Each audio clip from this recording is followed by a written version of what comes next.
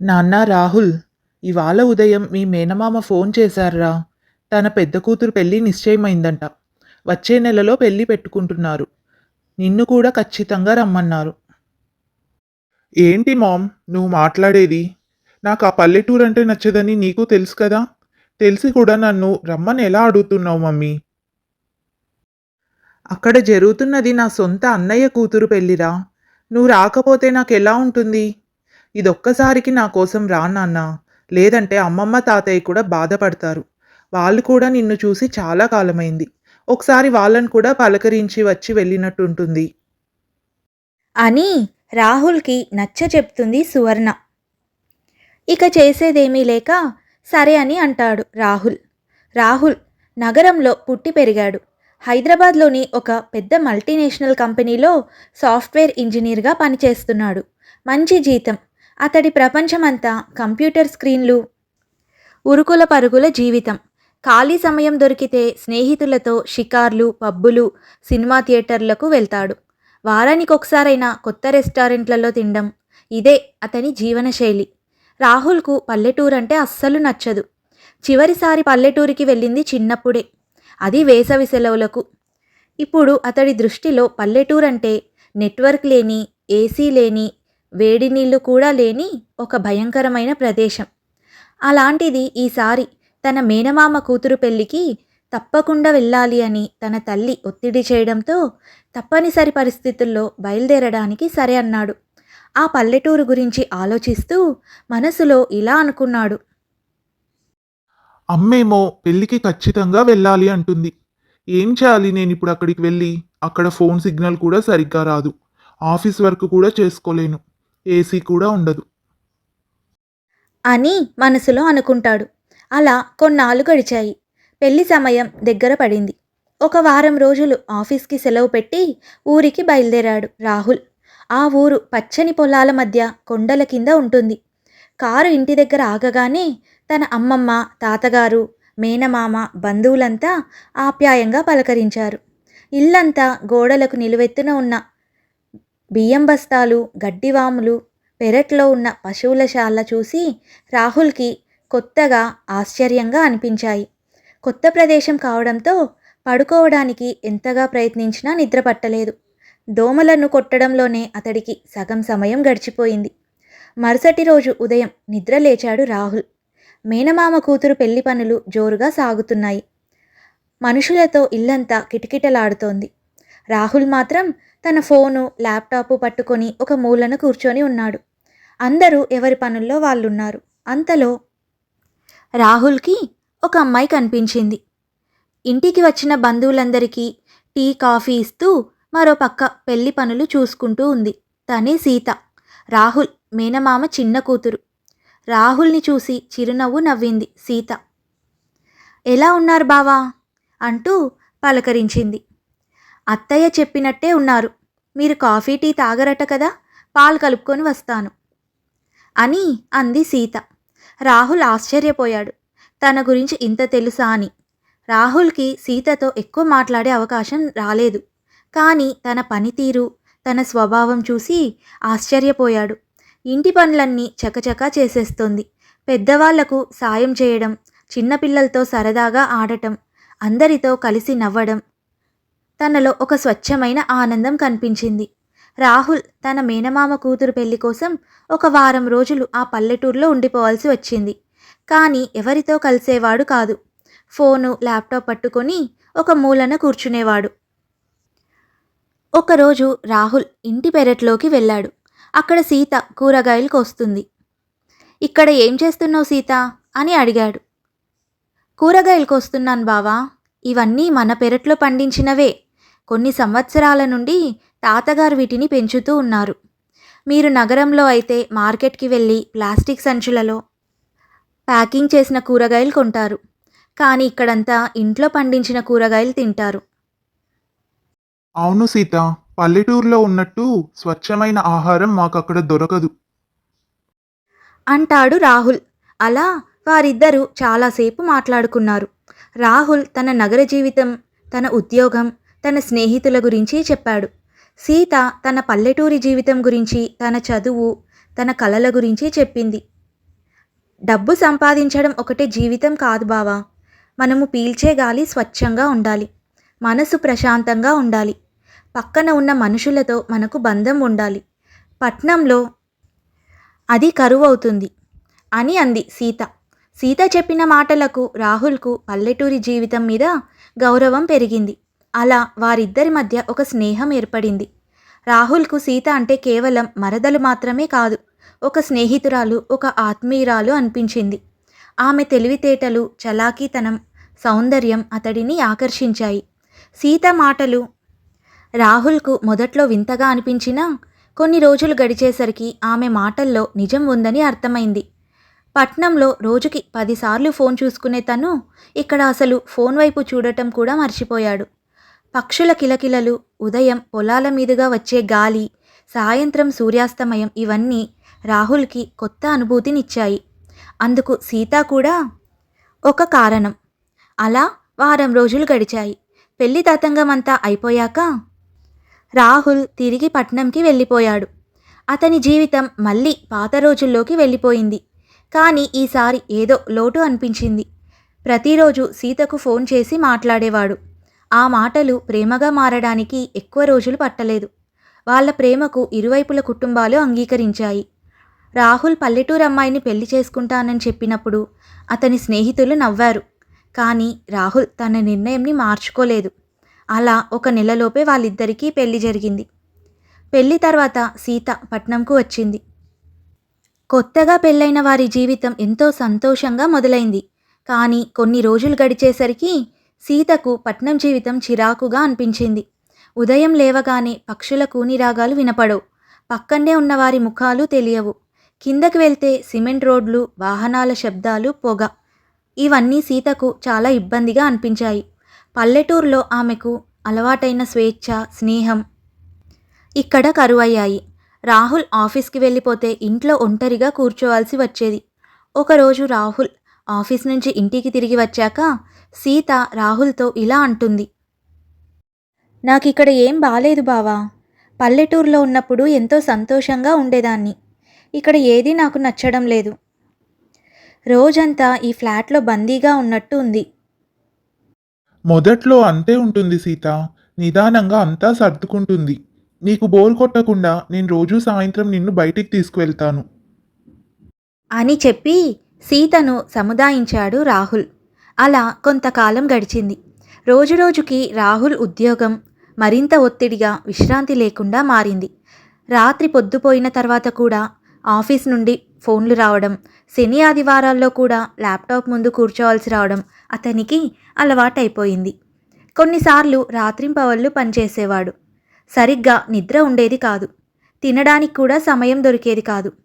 ఒక రాత్రి రాహుల్ ఆఫీస్ నుండి వచ్చి అలసిపోయి సోఫాలో పడి నిద్రపోయాడు.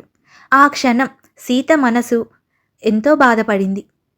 డబ్బు కోసం మనిషి జీవితాన్ని కోల్పోతున్నాడు అని తనకు అర్థమైంది.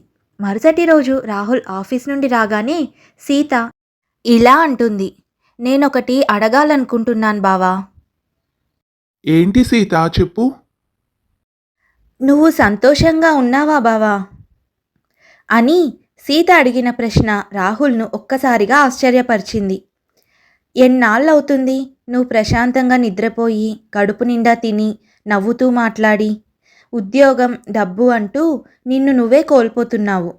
మనకు ఈ జీవితం అవసరమా? పట్నంలో మనకేముంది?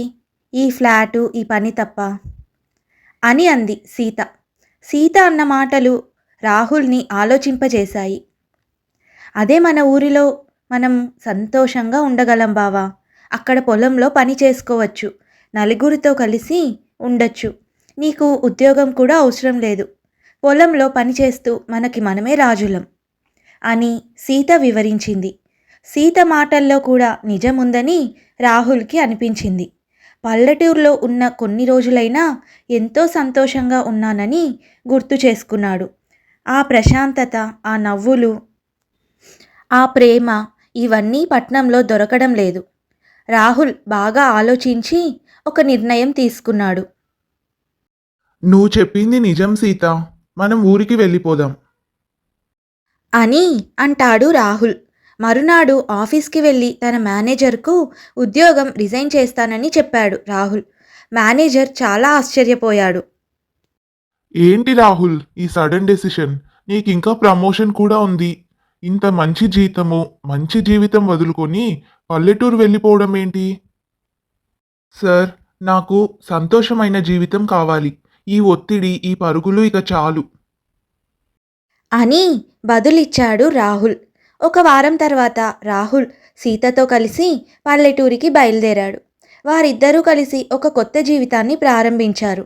రాహుల్ నగరంలో తాను సంపాదించిన జ్ఞానంతో పల్లెటూరిని అభివృద్ధి చేయాలి అనుకున్నాడు. ఒకరోజు రాహుల్ సీతతో ఇలా అంటాడు. నాకు ఒక ఆలోచన వచ్చింది సీత. నగరంలో ఉన్నవాళ్ళు కూడా ఇక్కడ మనలాగే స్వచ్ఛమైన ఆహారం తినగలగాలి. అందుకు మనం ఒక పని చేద్దాము. ఇంటర్నెట్ ద్వారా మనం పల్లెటూరులో పండించిన కూరగాయలను నగరంలో వాళ్ళకు అమ్ముదాము. దానివల్ల మన రైతులకు కూడా మంచి ఆదాయం వస్తుంది. అని అంటాడు రాహుల్. గ్రామస్తులు వారి ఆలోచనకు అంగీకరించారు. అందుకోసం రాహుల్ ఒక వెబ్సైట్ను క్రియేట్ చేశాడు.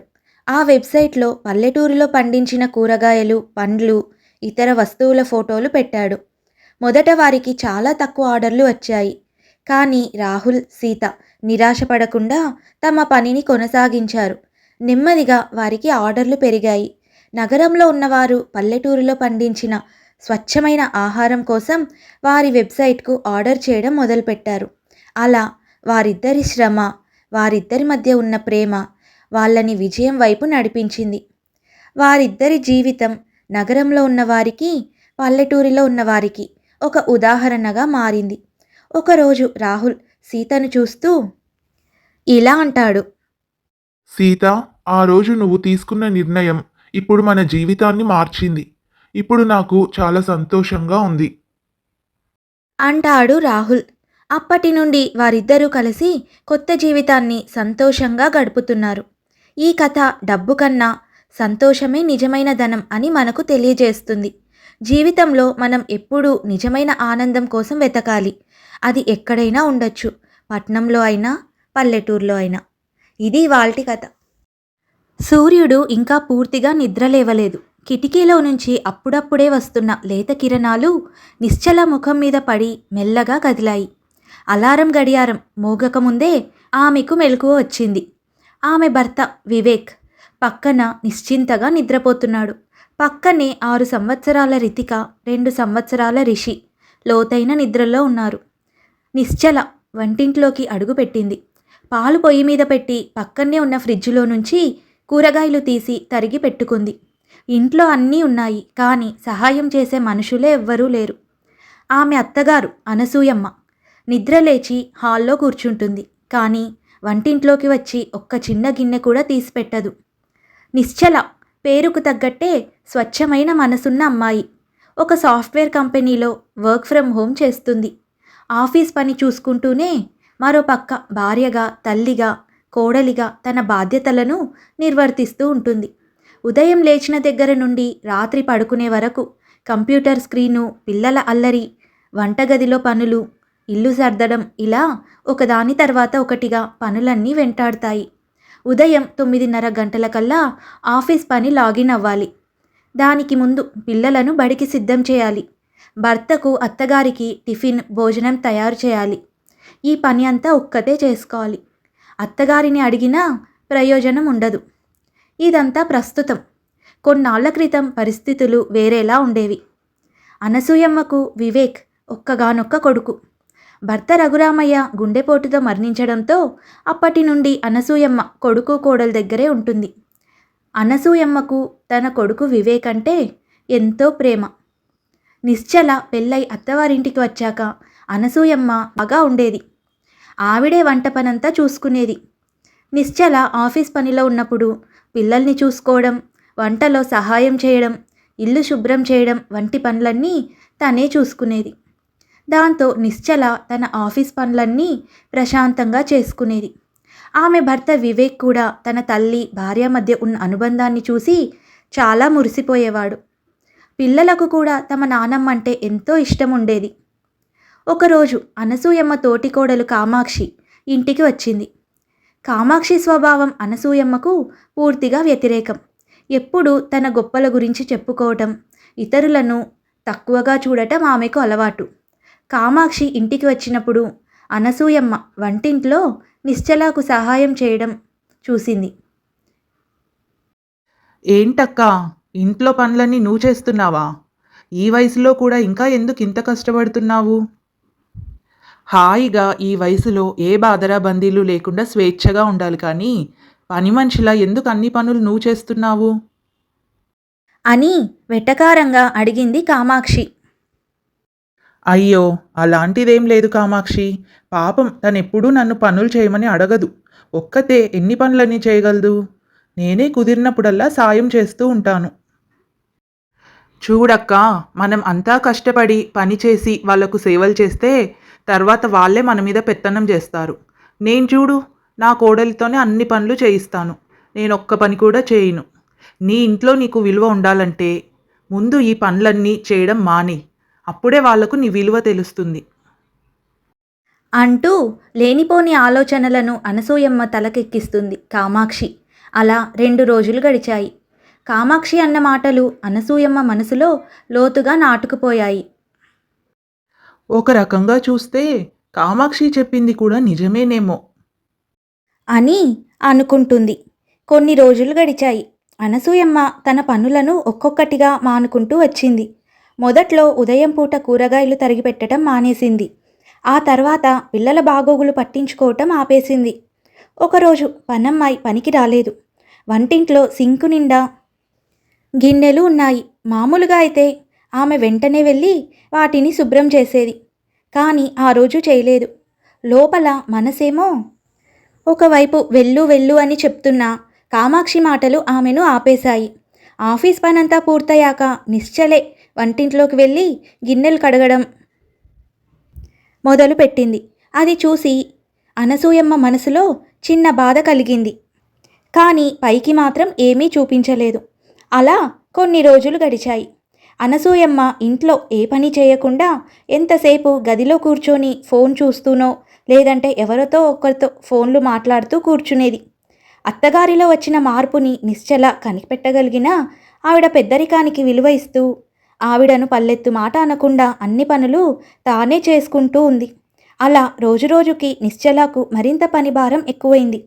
ఒకరోజు వివేక్ సాయంత్రం ఆఫీస్ నుండి ఇంటికి వచ్చాక నిశ్చల అలసటగా కనిపించడంతో ఇలా అంటాడు. నిశ్చల, ఏమైంది నీకు? ఈ మధ్య బాగా అలసిపోయినట్టు కనిపిస్తున్నావు. ఒంట్లో బాగుండటం లేదా? అయ్యో, అదేం లేదండి, ఆఫీస్ వర్క్ కొంచెం ఎక్కువగా ఉంటుంది అంతే అని అంటుంది నిశ్చల. కానీ నిశ్చల చెప్తున్న దాంట్లో నిజం ఉన్నట్టు అనిపించలేదు వివేక్కు. అతను తన తల్లిని అడిగాడు. ఏంటమ్మా, ఏం జరిగింది? ఈ మధ్య నిశ్చల ఎందుకు బాగా అలసటగా నీరసంగా కనిపిస్తుంది? ఏం లేదురా, ఈ మధ్య నాకు ఒంట్లో కొంచెం నలతగా ఉంటుంది. నీ భార్యకు పనుల్లో నేను ఎలాంటి సాయం చేయలేకపోతున్నాను. పిల్లల్ని కూడా ఆఫీస్ పని చూసుకుంటూనే తనే చూసుకుంటుంది అని బదులిచ్చింది అనసూయమ్మ. అప్పటి నుండి ఇంట్లో భార్య తల్లి మధ్య ఏదో దూరం పెరిగిందని అతనికి అర్థమైంది. కానీ వివేక్కు ఈ సమస్య ఎలా పరిష్కరించాలో తెలియలేదు. ఒకరోజు రాత్రి భోజనాలయ్యాక వివేక్ నిశ్చలతో ఇలా అంటాడు. నిశ్చల, అమ్మ కూడా వయసు అయిపోయింది. ఆమె ఆరోగ్యం కూడా బాగుండటం లేదు. మనం కూడా ఆమెను కష్టపెట్టడం మంచిది కాదు. అన్ని పనులు నువ్వు ఒక్కదానివే చేసుకోలేకపోతున్నావని నాకు అర్థమైంది. నీకు మరీ ఇబ్బందిగా ఉంటే చెప్పు, ఎవరినన్నా ఒక మనిషిని మాట్లాడుకుందాము. వంట పని, ఇంటి పని, అలాగే పిల్లల్ని కూడా చూసుకోవటానికి మాట్లాడుకుందాము అని అంటాడు వివేక్. నిశ్చల ఏమీ మాట్లాడలేకపోయింది. ఆమెకు తెలుసు తన భర్తకు తన తల్లి అంటే ఎంత ప్రేమో అని. ఆ ప్రేమను ఆమె తప్పు పట్టలేకపోయింది. సరే అండి, నాకు ఇబ్బందిగా అనిపిస్తే నేనే మీకు చెప్తాను, అప్పుడు ఎవరినైనా మాట్లాడుకుందాము అని సమాధానం ఇస్తుంది నిశ్చల. ఒకరోజు మళ్ళీ కామాక్షి ఫోన్ చేసింది. ఏంటక్క, నేను చెప్పినట్టే చేస్తున్నావా లేదా? నీ కొడుక్కి కోడలికి నీ విలువ తెలిసొచ్చిందా? లేదు కామాక్షి, వాళ్ళు నా గురించి ఏమీ మాట్లాడటం లేదు. వాళ్ళంతటా వాళ్ళే అన్ని పనులు చేసుకుంటున్నారు. నాకు వేళకింత భోజనం పెడుతున్నారు. తిని కూర్చుంటున్నాను అంతే. అయితే ఇంకో ఉపాయం చెప్తాను. నువ్వు కొన్ని రోజులు ఎక్కడికన్నా వెళ్ళు. అప్పుడు నీ కొడుక్కి, కోడలికి, పిల్లలకు నీ విలువేంటో తెలిసొస్తుంది. అని కామాక్షి సలహా ఇచ్చింది. ఈసారి అనసూయమ్మ కామాక్షి ఇచ్చిన సలహాను చాలా గట్టిగా నమ్మింది. ఆ రాత్రి భోజనాలయ్యాక వివేక్ నిశ్చలతో ఇలా అంటుంది. నాన్న వివేక్, నేనొక 4 రోజులు మా అన్నయ్య సుధాకర్ ఇంటికి వెళ్ళాలనుకుంటున్నాను. చాలా రోజులైంది వాళ్ళని చూసి. రేపు ఉదయం బయలుదేరతాను. అని చెప్పింది. ఈ మాట వినగానే వివేక్ నిశ్చల ఆశ్చర్యపోయారు. అదేంటమ్మా, ఒంట్లో బాలేదంటున్నావు, మళ్ళీ ఇప్పుడు ప్రయాణం చేయగలవా? అంటూ తల్లికి నచ్చజెప్పాలని చూశాడు వివేక్. కానీ అనసూయమ్మ తన నిర్ణయాన్ని మార్చుకోలేదు. ఆమె మనసులో తన విలువను నిరూపించుకోవాలనే ఆలోచన బలంగా నాటుకుపోయింది. ఇక చేసేదేమీ లేక వివేక్ సరే అమ్మా, నువ్వు వెళ్ళు. కొన్ని రోజులు విశ్రాంతి తీసుకొని రా. అని అంటాడు వివేక్. మరుసటి రోజు ఉదయం అనసూయమ్మ తన అన్నయ్య ఇంటికి బయలుదేరింది. నిశ్చల ఆమెకు అవసరమైనవన్నీ బ్యాగ్లో సర్ది ఆమెకు అన్ని జాగ్రత్తలు చెప్పింది. అనసూయమ్మకు నిశ్చల మీద కోపం ఉన్నా కోడలు తనను జాగ్రత్తగా చూసుకునే విధానం ఆమెకు చాలా నచ్చింది. రైలు ఎక్కి మరుసటి రోజు ఉదయం సుధాకర్ ఇంటికి చేరుకుంది. అనసూయమ్మ అన్న సుధాకర్, అతని భార్య జానకి ఆమె రావడం చూసి ఎంతో సంతోషించారు. మొదటి 2 రోజులు జానకి అనసూయమ్మను చాలా బాగా చూసుకుంది. మంచి మంచి వంటలు చేసి పెట్టింది, కబుర్లు చెప్పింది. అయితే 3వ రోజు నుండి సుధాకర్ కుటుంబ సభ్యులు అనసూయమ్మను పట్టించుకోవడం మానేశారు. వాళ్ళ పనుల్లో వాళ్ళు నిమగ్నమైపోయారు. అనసూయమ్మ ఒంటరిగా కూర్చోవడం, టీవీ చూడటం తప్ప ఏమీ చేయలేకపోయింది. 4 రోజులకే తనకు ఆ ఇల్లు జైలులా అనిపించింది. ఒక సాయంత్రం బయట వరండాలో కూర్చొని ఉంది. అప్పుడు ఆమెకు తన కొడుకు వివేక్, కోడలు నిశ్చల, పిల్లలు గుర్తుకొచ్చారు. వాళ్ళంతా తనను ఎంత ప్రేమగా చూసుకునేవారో, తనకి ఎంత గౌరవం ఇచ్చేవారో ఆమెకు అర్థమైంది. ఇంటి పనులు చేస్తున్నప్పుడు కూడా నిశ్చల, అత్తయ్య మీరు కూర్చోండి, నేను చేసుకుంటాను అని చెప్పేది. తన కొడుకు వివేక్ కూడా, అమ్మా నువ్వెందుకు ఇవన్నీ చేస్తున్నావు, మేమున్నాం కదా అని చెప్పేవాడు. ఇవన్నీ ఆమెకు కళ్ళ ముందు కనపడ్డాయి. తన విలువను ఇంట్లో ఉన్నవారు ఎప్పుడో తెలుసుకున్నారని, కానీ తాను మాత్రం కామాక్షి మాటలు విని అపోహపడిందని ఆమెకు జ్ఞానోదయం అయింది. ఆ మరుక్షణమే అనసూయమ్మ తిరిగి తన ఇంటికి బయలుదేరింది. అనసూయమ్మ తిరిగి రావడం చూసి నిశ్చల, వివేక్, పిల్లలు చాలా సంతోషించారు. నిశ్చల అనసూయమ్మను ఆప్యాయంగా పలకరించి కమ్మని భోజనం చేసి పెట్టింది. ఆ రోజు రాత్రి అనసూయమ్మ నిశ్చలను దగ్గరకు తీసుకొని కన్నీళ్లు పెట్టుకుంది. నన్ను క్షమించమ్మా. చెప్పుడు మాటలు విని నేను చాలా తప్పు చేశాను. నా వల్ల నీకు చాలా ఇబ్బంది కలిగింది. అత్తయ్య మీరు అలా అనకండి. మీరు మాకు ఎప్పుడూ ఒక బలం. మీ సహాయం లేకుండా మేము ఏమీ చేయలేము. నాకు ఎలాంటి ఇబ్బంది లేదు. మీరు చేయగలిగిన పనులు చేయండి, మిగిలినవి నేను చూసుకుంటాను అని అంటుంది నిశ్చల.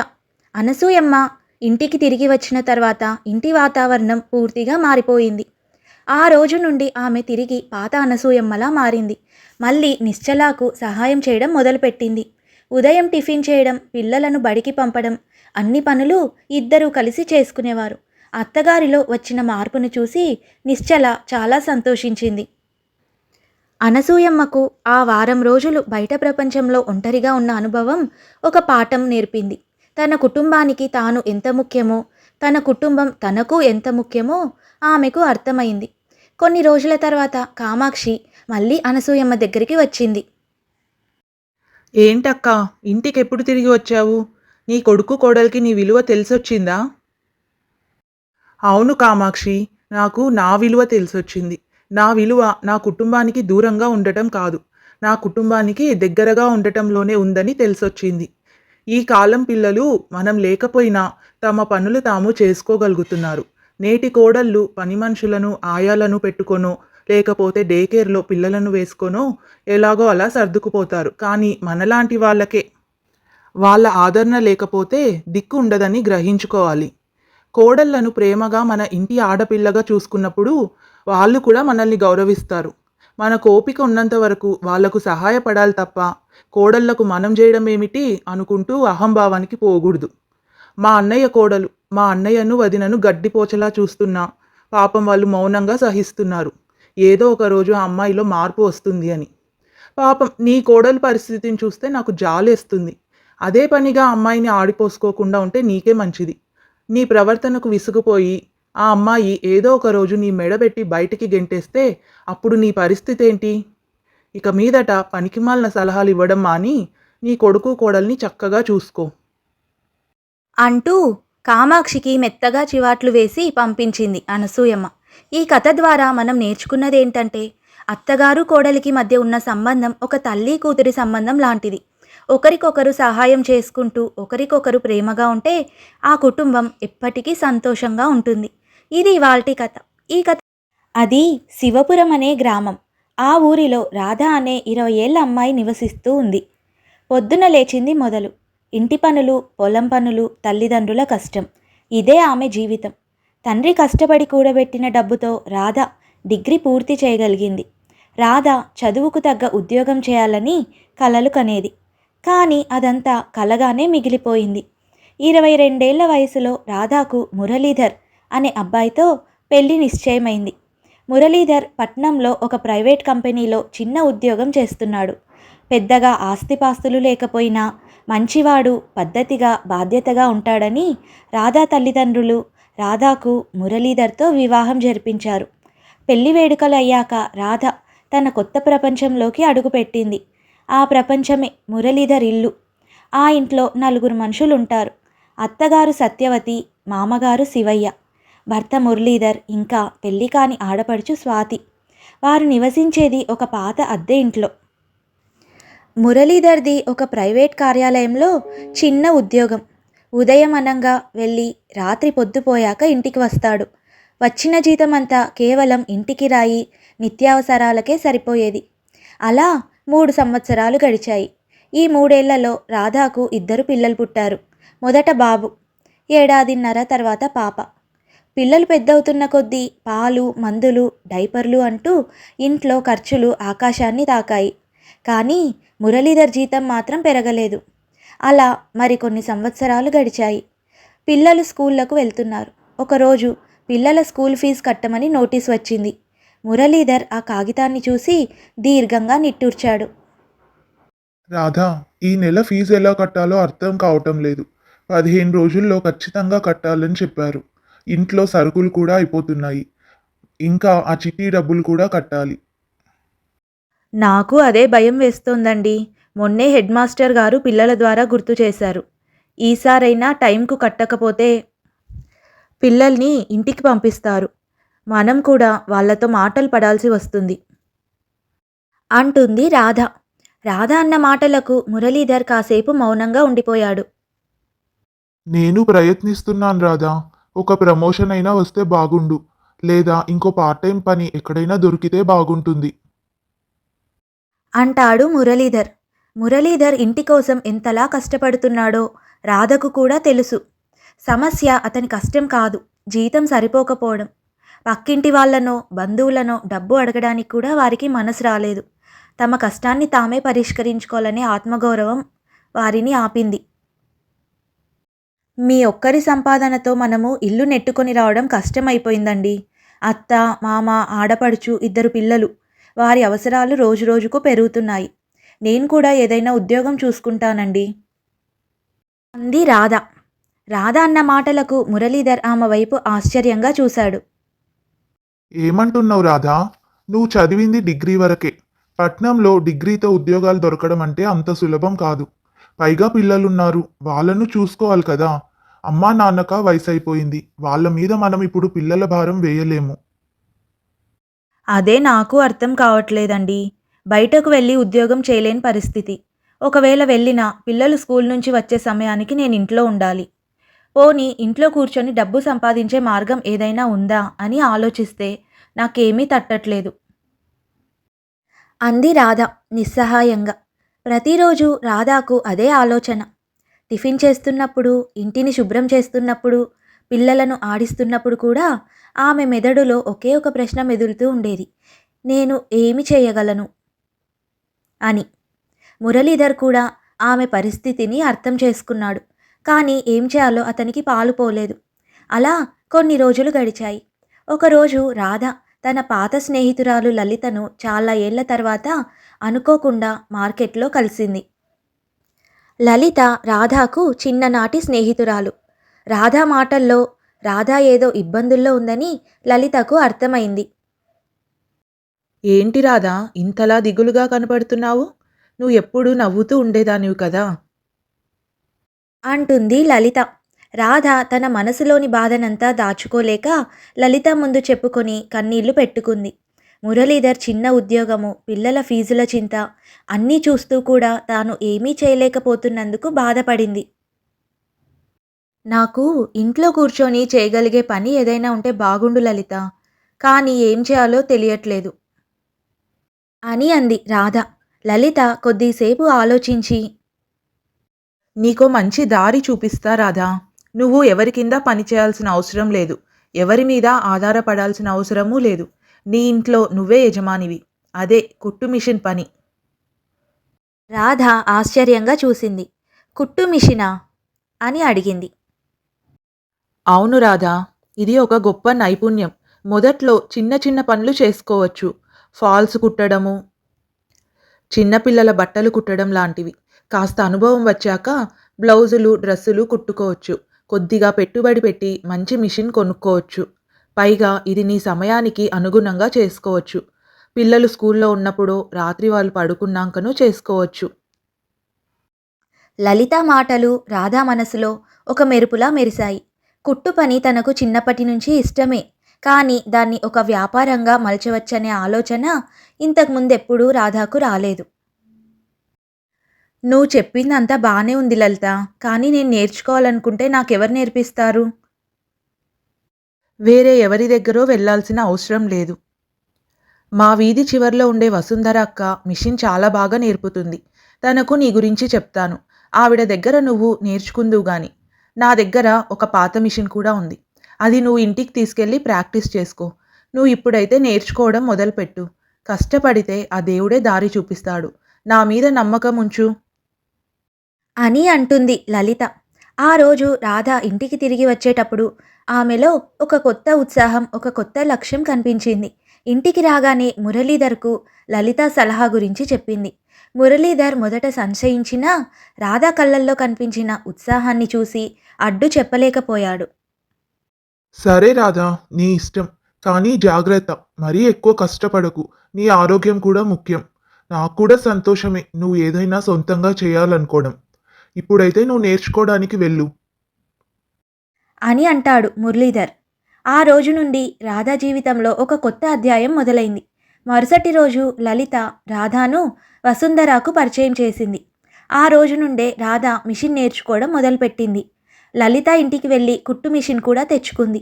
మొదటి వారం సూది దారం ఎక్కించడం, సూదిని ఆపకుండా దారాన్ని సమంగా లాగడం, వంకరపోకుండా సూటిగా కుట్టడం నేర్చుకోవటానికి సరిపోయింది.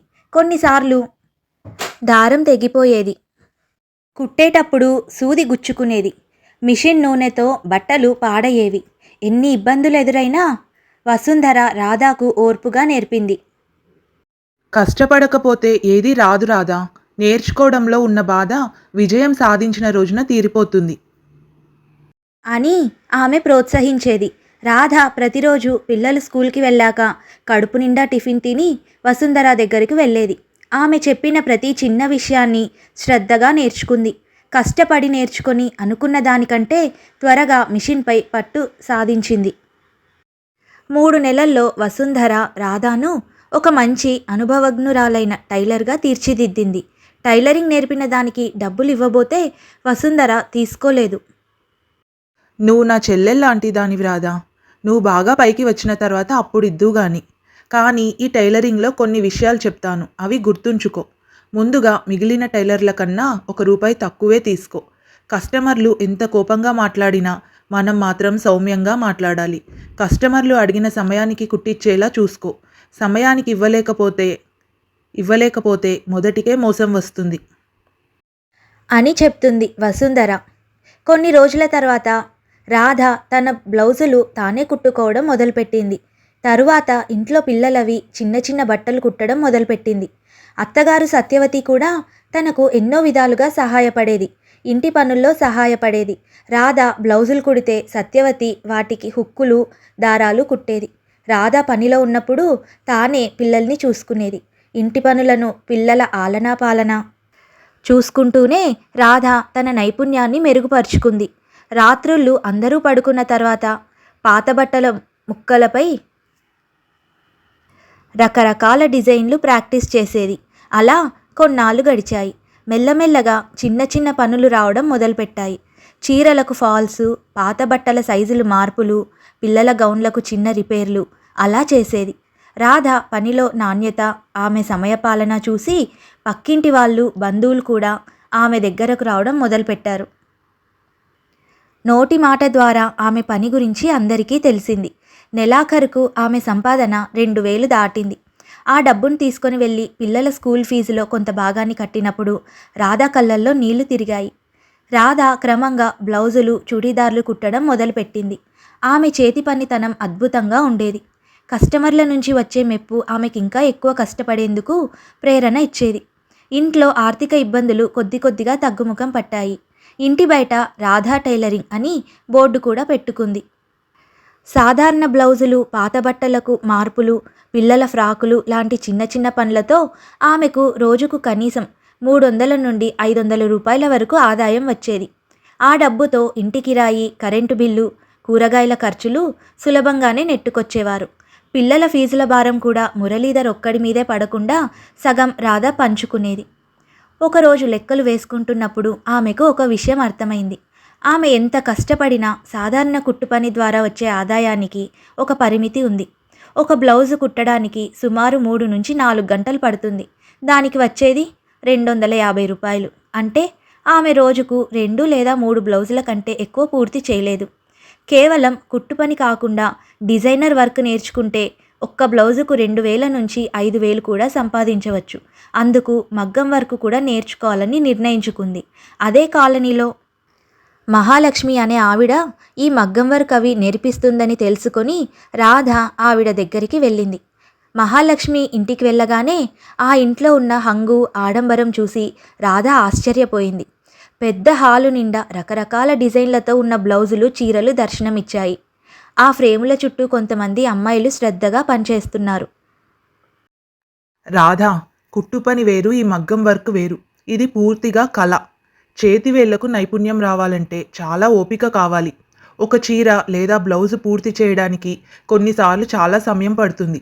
నువ్వు ఇంట్లో పనులు, పిల్లల బాధ్యత చూసుకుంటూ నేర్చుకోగలవా అని అడిగింది మహాలక్ష్మి. నేను చేయగలనక్క. మా పిల్లల భవిష్యత్తు దీనిపైనే ఆధారపడి ఉంది. నా కష్టం నా పిల్లల స్కూల్ ఫీజు కట్టేందుకు ఉపయోగపడుతుంది. నేను ఏ పనైనా నేర్చుకుంటాను అంటూ రాధ తన నిర్ణయాన్ని చెప్పింది. మహాలక్ష్మి రాధ కళ్ళల్లోని దృఢ సంకల్పాన్ని చూసి తనకు శిక్షణ ఇవ్వడానికి అంగీకరించింది. ఫీజు కొంచెం ఎక్కువైనా మురళీధర్ సాయంతో రాధ ఆ డబ్బు కట్టింది. ఉదయం పిల్లలను స్కూల్కి పంపగానే ఇంటి పనులు పూర్తి చేసుకొని కుట్టు మిషన్ మీద కొన్ని పనులు పూర్తి చేసేది. ఆ తర్వాత మధ్యాహ్నం మహాలక్ష్మి దగ్గరకు పరిగెత్తేది. మగ్గం వర్క్ నేర్చుకోవడం ఆమె అనుకున్న దానికంటే చాలా కష్టంగా అనిపించింది. మగ్గం వర్క్ చేసేటప్పుడు ఎక్కువ సమయం వంగి కూర్చోవాలి. దీనివల్ల తనకు నడుము నొప్పి, మెడ నొప్పి వచ్చేవి. మధ్యాహ్నం నేర్చుకొని ఇంటికి వచ్చేసరికి ఆమె ఒళ్ళంతా నొప్పులతో ఉండేది. అలాగే చిన్న చిన్న పూసలు, జరీ దారాలతో పనిచేయడం వల్ల కళ్ళపై ఎక్కువ భారం పడేది. అయినా రాధ పట్టు వదలలేదు. రోజు రాత్రి పిల్లలు పడుకున్న తర్వాత ఒంటరిగా ప్రాక్టీస్ చేసేది. తన లక్ష్యాన్ని గుర్తు చేసుకునేందుకు పిల్లల పాత స్కూల్ ఫీజు నోటీసులను పక్కన పెట్టుకునేది. రాధ 6 నెలల్లోనే మగ్గం వర్కులో మంచి నైపుణ్యాన్ని సాధించింది. ఆమె గురువు మహాలక్ష్మి కూడా ఆమె పట్టుదలకు ఆశ్చర్యపోయింది. రాధా, నీలో ఉన్న ఈ ఓర్పు, పట్టుదల చూసి నాకు చాలా సంతోషంగా ఉంది. నువ్వు ఇక సొంతంగా వర్క్ మొదలు పెట్టచ్చు అని అంది మహాలక్ష్మి. అలా రాధ మిషన్ పని చేసుకుంటూనే మగ్గం వర్కులు చేసేది. ఒకసారి రాధాకు పెద్ద ఆర్డర్ తన పక్కింటి వాళ్ళ బంధువుల నుండి వచ్చింది. పెళ్లి కూతురికి పెళ్లి బ్లౌజ్ మీద డిజైనర్ మగ్గం వర్క్ కావాలి. ఆ బ్లౌజుకు రాధ 6000 ధర చెప్పింది. రాధా, రూపాయలంటే చాలా పెద్ద మొత్తం. అంత పర్ఫెక్ట్‌గా నువ్వు చేయగలవా? కొంచెం తక్కువ చెప్పుంటే బాగుండేదేమో. అని అంటాడు మురళీధర్. అందుకు రాధ నవ్వింది. అబ్బా! మీరు భయపడకండి. నేను ఈ 6 నెలలు ఊరికే నేర్చుకోలేదు. నేను నా పనిలో నాణ్యతకు, సమయానికి విలువ ఇస్తాను. నేను అనుకున్న దానికంటే ఇంకా బాగా చేస్తాను. నన్ను నమ్మండి అని అంది రాధ. పగలు రాత్రి కష్టపడి వర్క్ పూర్తి చేసింది. ఆమె చెప్పినట్లే ఆ పెళ్లి బ్లౌజ్ మీద జీవకళ ఉట్టిపడేలా అద్భుతమైన డిజైన్ను రూపొందించింది. ప్రతి కుట్టులో తన కష్టం కనిపించింది. 10 రోజుల తర్వాత బ్లౌజ్ పూర్తి చేసి కస్టమర్కి ఇచ్చినప్పుడు ఆ కస్టమర్ ఆశ్చర్యంతో, సంతోషంతో రాధాను మెచ్చుకుంటూ అదనంగా 500 రూపాయలు కూడా ఇచ్చింది. రాధా పనిలో నాణ్యత, ఆమె సమయపాలన గురించి ఆ పెళ్లి ఫంక్షన్లో పాల్గొన్న వాళ్ళందరికీ తెలిసింది. రాధకు ఆర్డర్లు ఒక్కసారిగా పెరిగిపోయాయి. పని ఒత్తిడి ఎక్కువై ఒక్కతే అన్ని పనులు చేసుకోలేకపోయేది. ఒకరోజు మురళీధర్ రాధాతో ఇలా అంటాడు. రాధా, నువ్వు మరీ ఇంతలా కష్టపడ్డావంటే నీ ఆరోగ్యం పాడవుతుంది. ఇలా కాదు, నువ్వు ఒకరిని పనికి పెట్టుకో. అన్నాడు మురళీధర్. రాధాకు కూడా అదే ఆలోచన వచ్చింది. కానీ ఎవరిని నమ్మాలి, ఎలా జీతం ఇవ్వాలి అని సందేహించింది. అప్పుడు రాధా వాళ్ళ పక్కింట్లో ఉండే సుప్రజ ఇలా సలహా ఇచ్చింది. రాధా, మన కాలనీలో సీత అనే అమ్మాయి ఉంది. 10వ తరగతి ఫెయిల్ అయింది. ఏదైనా పని దొరికితే బాగుండు అని చూస్తుంది. ఆమెకు కుట్టు పని కొద్దిగా తెలుసు. నువ్వు ఆమెకు నెల జీతం మీద కుట్టు పని అప్పగించు. అప్పుడు నువ్వు పూర్తిగా మగ్గం వర్కుపై దృష్టి పెట్టొచ్చు అంటుంది సుప్రజ. రాధాకు ఈ ఆలోచన నచ్చింది. సీతను పనికి పెట్టుకుంది. సీతకు నెలకు 4000 జీతం ఇవ్వడం మొదలుపెట్టింది. సీత రావడం వల్ల రాధాకు సమయం దొరికింది. చిన్న చిన్న కుట్టు పనులు సీత చూసుకుంటూ ఉండగా రాధ మగ్గం వర్కు, కస్టమర్లతో మాట్లాడటం, కొత్త డిజైన్లు రూపొందించడంపై దృష్టి పెట్టింది. మురళీధర్ కూడా రాధాకు అన్ని విధాలుగా సహాయపడేవాడు. సాయంకాలం ఆఫీస్ నుండి వచ్చాక మగ్గం వర్కుకు అవసరమైన పూసలు, దారాలు వంటివి కొనుక్కొని వచ్చేవాడు. పూర్తయిన బ్లౌజులను కస్టమర్లకు డెలివరీ చేయడం, అడ్వాన్స్ డబ్బులు తీసుకోవడం వంటి బాధ్యతలను మురళీధర్ పంచుకునేవాడు. రాధా వ్యాపారం పెరిగే కొద్దీ ఆమె పట్ల సమాజం, బంధువుల వైఖరి పూర్తిగా మారిపోయింది. ఒకప్పుడు రాధా అదృష్టం బాలేదు, మురళి సంపాదన సరిపోక కష్టపడుతోంది అనుకున్న బంధువులే ఇప్పుడు రాధా తెలివైనది, తన కాళ్ళ మీద తాను నిలబడింది అని మెచ్చుకోవడం మొదలుపెట్టారు. కొంతకాలానికి రాధ, మురళీధర్ ఒక సొంత ఇల్లు కొనుక్కున్నారు. కొత్త ఇంట్లో రాధ మిషన్ వర్కుకు, మగ్గం వర్కుకు ఒక పెద్ద గదిని ప్రత్యేకంగా కేటాయించింది. ఆడపడుచు పెళ్లి కూడా ఘనంగా జరిపించింది. ఆమె ప్రయాణం ఒక మధ్యతరగతి గృహిణి నుంచి తన కాళ్లపై తాను నిలబడిన వ్యాపారవేత్తగా, నలుగురికి ఉపాధి కల్పించిన వ్యక్తిగా మారింది. సరైన నైపుణ్యాన్ని ఎంచుకొని ఓర్పుతో, పట్టుదలతో కష్టపడితే ఎవరి మీద ఆధారపడకుండా, ఒకరి కింద పని చేయకుండా సొంతంగా ఎదగవచ్చు అని నిరూపించింది. ఆమె జీవితంలో కష్టం ఉంది, కన్నీరు ఉంది. కానీ దాన్ని పట్టుదలతో అధిగమించి అందరికీ ఆదర్శంగా నిలిచింది. ఇది ఇవాల్టి కథ. ఓ రాధ కథ. ఈ కథ మధు, మేడపైకి వెళ్ళి బట్టలు తీసుకొని రమ్మా, వర్షం వచ్చేలా ఉంది అని తల్లి వరలక్ష్మి అనడంతో డాబా మీదకు వెళ్ళి గబగబా బట్టలు తీసింది మధు. బట్టలు తీసుకొని కిందికి వస్తూ ఉంటే ఏదో వెహికల్ ఆగిన శబ్దం విని కిందకు తొంగి చూసింది. పక్కింట్లో ఎవరో దిగుతున్నట్టున్నారు. గేట్ ఎదురుగ్గా ఒక అబ్బాయి నిల్చుని ఉన్నాడు. రెప్ప కూడా వేయకుండా ఆ అబ్బాయిని అలాగే చూస్తూ ఉండిపోయింది మధు.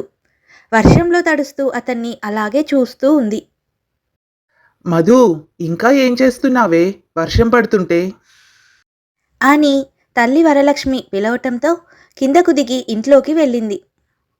ఏంటే అలా తడిసిపోయావు? ముందు వెళ్ళి తల తుడుచుకోపో అని గదిలోకి పంపింది వరలక్ష్మి. మధుమిత ఒక సామాన్య కుటుంబం నుండి వచ్చిన అమ్మాయి. ఆమెకు ప్రపంచం తెలియకముందే ఆ ప్రపంచాన్ని పరిచయం చేయాల్సిన తండ్రి ఒక అర్ధరాత్రి గుండెపోటుతో అకస్మాత్తుగా కాలం చేశారు. అప్పటికి మధు వయస్సు కేవలం 8 సంవత్సరాలు. మధు తల్లి వరలక్ష్మి అప్పటి నుండి ఎంతో కష్టపడుతూ వచ్చింది. చీరల మీద ఎంబ్రాయిడరీ పని చేస్తూ, కుట్టు పని చేస్తూ మధుకి చదువు చెప్పించింది. మధు తన తల్లి పడిన కష్టాన్ని చూస్తూ పెరిగింది. అందుకే ఆమె చదువును కేవలం డిగ్రీగా చూడలేదు, తన తల్లి కలలను నిజం చేసే ఆయుధంగా భావించింది. ఇంజనీరింగ్లో సీట్ సంపాదించిన రోజు వరలక్ష్మి కళ్ళల్లో కనిపించిన ఆనందం మధు జీవితంలో అత్యంత విలువైన క్షణం. నువ్వు బాగా చదువుకో మధు. నువ్వు పెద్ద ఉద్యోగం చేస్తే నేను పడిన కష్టం మొత్తం మాయమైపోతుంది. అని వరలక్ష్మి చెప్పిన మాట మధుని రేయింపవళ్ళు చదివేలా ప్రేరేపించింది. 4 సంవత్సరాలు కళ్ళు మూసి తెరిచేలోపు గడిచిపోయాయి. మంచి మార్కులతో ఇంజనీరింగ్ పూర్తి చేసింది. ఇక మిగిలిందల్లా మంచి ఉద్యోగం సంపాదించడం. అప్పటి వరకు ఇల్లు, కాలేజ్ తప్ప మధుకి వేరే ప్రపంచం తెలీదు. రోజంతా ల్యాప్టాప్ ముందు కూర్చొని ఉండేది. ప్రతిరోజు ఉద్యోగాలకు అప్లై చేసేది. ఇంటర్వ్యూ కాల్స్ కోసం ఎదురు చూస్తూ ఉండేది. ఒకరోజు మధు మేడపైకి వెళ్ళి బట్టలు తీసుకొని వస్తుండగా పక్కింట్లో నుంచి శబ్దాలు వినపడ్డాయి. లారీలో నుంచి సామాన్లు దించడం, మనుషుల మాటలు, ఏదో సందడి. దాదాపు 6 నెలలుగా ఖాళీగా ఉన్న పక్కింట్లో కొత్తగా ఎవరైనా దిగుతున్నారేమోనని చూసింది. అప్పుడే ఒక అబ్బాయి తన తండ్రితో కలిసి గేట్ బయట నించొని ఉన్నాడు. అతడే కార్తీక్. నిండైన రూపం, చురకైన కళ్ళు, పలకరించే నవ్వుతో ఆకర్షణీయంగా ఉన్నాడు. కార్తీక్. మధు అతన్ని మొదటిసారి చూసింది. ఆ క్షణంలో ఆమె గుండె ఒక్కసారిగా వేగంగా కొట్టుకుంది. అంతవరకు ఉద్యోగం, తల్లి తప్ప మరో ధ్యాస లేని మధు మనసులో ఏదో కొత్త అలజడి మొదలైంది. మధు ప్రేమ మొదటి చూపులోనే మొదలైంది. కానీ తను ఏమీ చెప్పకుండా కేవలం తన చూపులతో, తన చిరునవ్వులతో కార్తీక్ను ఆరాధించడం మొదలుపెట్టింది. కార్తీక్ ఇంజనీరింగ్ పూర్తి చేసి పట్నంలో ఒక సాఫ్ట్వేర్ కంపెనీలో ఉద్యోగం చేస్తున్నాడు. కార్తీక్ తల్లిదండ్రులు లలిత, శివరామకృష్ణ. శివరామకృష్ణ ఒక బ్యాంకులో మేనేజర్గా పనిచేస్తున్నాడు. ఈ మధ్య ట్రాన్స్ఫర్ అవ్వడంతో పట్నంకి వచ్చారు. కొంతకాలంలోనే మధు తల్లి వరలక్ష్మి, కార్తీక్ తల్లి లలిత మంచి స్నేహితులయ్యారు. కార్తీక్ ఆఫీస్కు వెళ్ళడం, సాయంత్రం తిరిగి రావటం, ఇదంతా మధుకి ఒక దినచర్యగా మారిపోయింది. ఆమె గంటల తరబడి కిటికీ దగ్గర నిలబడి అతని రాక కోసం ఎదురు చూసేది. కానీ కార్తీక్ ప్రపంచం చాలా పెద్దది. అతడు ఎప్పుడూ ఉద్యోగం, స్నేహితులతో నిమగ్నమై ఉండేవాడు. అలా కొన్నాళ్ళు గడిచాయి. మధుకు కూడా ఒక సాఫ్ట్వేర్ కంపెనీలో ఉద్యోగం వచ్చింది. ఉద్యోగంలో చేరాక మధుకు పెళ్లి సంబంధాలు రావడం మొదలయ్యాయి. తన కోసం బంధువులు, స్నేహితులు మంచి మంచి సంబంధాలు తీసుకొచ్చారు. కానీ మధుకి ప్రతి సంబంధంలోనూ లోపమే కనిపించేది. ఒక సంబంధమేమో, అమ్మా అబ్బాయికి కళ్ళద్దాలున్నాయి, నాకు నచ్చలేదు. మరో సంబంధం, వాళ్ళ కుటుంబం చాలా స్ట్రిక్ట్గా ఉందమ్మా, నేను అక్కడ ఉండలేను. ఇంకొకటి, అతను నాకంటే చాలా తక్కువ చదువుకున్నాడు, నా డ్రీమ్స్కి సపోర్ట్ చేయలేడు. ఇలా చెప్పుకుంటూ వచ్చేది. నిజానికి ఏదోలా సంబంధం చెడగొట్టుకోవడానికి సాకులు వెతికేది మధు. తన మనసులో కార్తీక్ను తప్ప ఏ అబ్బాయిని ఊహించకూడదని నిర్ణయించుకుంది. కానీ వరలక్ష్మి మాత్రం చాలా ఆందోళన పడేది. ఏమైంది మధు నీకు? ఎందుకు నువ్వు అన్ని సంబంధాలకు వంకలు పెడుతున్నావు? అని వరలక్ష్మి అడిగితే మధు ఏదో ఒక కళ్ళబొల్లి మాట చెప్పి తప్పించుకునేది. సుమారు 1 సంవత్సరం పాటు ఈ మౌన ప్రేమాయణం నడిచింది. అంతలో కార్తీక్ ఆఫీసులో అతని కొలీగ్ అయిన రమ్య అనే అమ్మాయిని ప్రేమించాడు. రమ్య చూడటానికి చాలా గ్లామరస్గా, చురుగ్గా ఉండేది. అదే విషయం కార్తీక్ ఇంట్లో తన తల్లిదండ్రులకు చెప్పాడు. ముందు కాస్త ఆలోచనలో పడ్డా తన కొడుకు సంతోషమే తమకు ముఖ్యమని నిర్ణయించుకొని కార్తీక్ చెప్పిన దానికి సరే అన్నారు కార్తీక్ తల్లిదండ్రులు లలిత, శివరామకృష్ణ. ఒకరోజు కార్తీక్ తల్లి లలిత వరలక్ష్మి ఇంటికి వచ్చి తన ఆనందాన్ని వరలక్ష్మితో పంచుకుంది. వరలక్ష్మి గారు, మా కార్తీక్ ఆఫీస్లో తన కొలీగ్ అయిన రమ్యను పెళ్లి చేసుకోవాలనుకుంటున్నాడు. ఆ అమ్మాయి మాకు బాగా నచ్చింది. త్వరలో నిశ్చితార్థం పెట్టుకుందాం అనుకుంటున్నాం అని కార్తీక్ తల్లి సంతోషంగా చెప్పింది. చాలా సంతోషమండి, కార్తీక్కు మా తరపున కంగ్రాట్స్ చెప్పండి అని చెప్పింది వరలక్ష్మి. కానీ ఆ మాటలు విన్న మధుకి మాత్రం ఒక్కసారిగా భూమి కంపించినట్టయింది. ఆమె కళ్ళ ముందున్న ప్రపంచం ఒక్కసారిగా చీకటిగా మారింది. బాధపడుతూ అక్కడి నుండి తన గదిలోకి వెళ్ళిపోయింది. ఛీ, నేనెంత పిరికిదాన్ని! ఎందుకు నా ప్రేమను కార్తీక్కి చెప్పలేకపోయాను? బహుశా నాది కేవలం ఆరాధనే ఏమో. అతను సంతోషంగా ఉంటే చాలు అని ఆమె తనలో తానే సమాధానం చెప్పుకుంది. తన ప్రేమను దాచిపెట్టి కార్తీక్కు మంచి స్నేహితురాలిగా, పక్కింటి అమ్మాయిగా మాత్రమే ఉండటానికి ప్రయత్నించింది. రాత్రిళ్ళు నిద్ర పట్టేది కాదు. తన గది కిటికీ దగ్గర కూర్చొని గంటలు తరబడి ఏడ్చేది.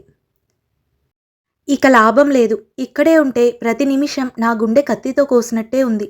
నేను నా మనస్సును చంపుకోవాలి, లేదా ఈ స్థలాన్ని వదిలి వెళ్ళిపోవాలి అని అనుకొని మరుసటి రోజు ఉదయం మధు తన కంపెనీ హెచ్ఆర్కు ఒక ఈమెయిల్ పంపింది. తన ఉద్యోగం బెంగళూరు బ్రాంచ్కు ట్రాన్స్ఫర్ చేయమని కోరింది. ఆ కంపెనీకి ఆమె పనితీరు నచ్చడంతో వాళ్ళు వెంటనే అంగీకరించారు. మరో 10 రోజుల్లో బెంగళూరు వెళ్ళిపోవటానికి నిశ్చయించుకుంది మధు. అదే విషయం వరలక్ష్మితో చెప్తే వరలక్ష్మి ఒక్కసారిగా ఆశ్చర్యపోయింది. అమ్మా, మా కంపెనీ వాళ్ళు నన్ను బెంగళూరుకి ట్రాన్స్ఫర్ చేశారు. 10 రోజుల్లో నేను బెంగళూరుకి వెళ్ళిపోవాలి. ఏంటమ్మా ఇదంతా? హఠాత్తుగా బెంగళూరు ఎందుకు? ఒక్కదానివే అక్కడ ఎలా ఉంటావే? ఇక్కడే మరో ఉద్యోగం చూసుకోవచ్చు కదా. అది కాదమ్మా, ఇది నాకు మంచి అవకాశం. బెంగళూరులో అయితే నా కెరీర్ ఇంకా బాగుంటుంది.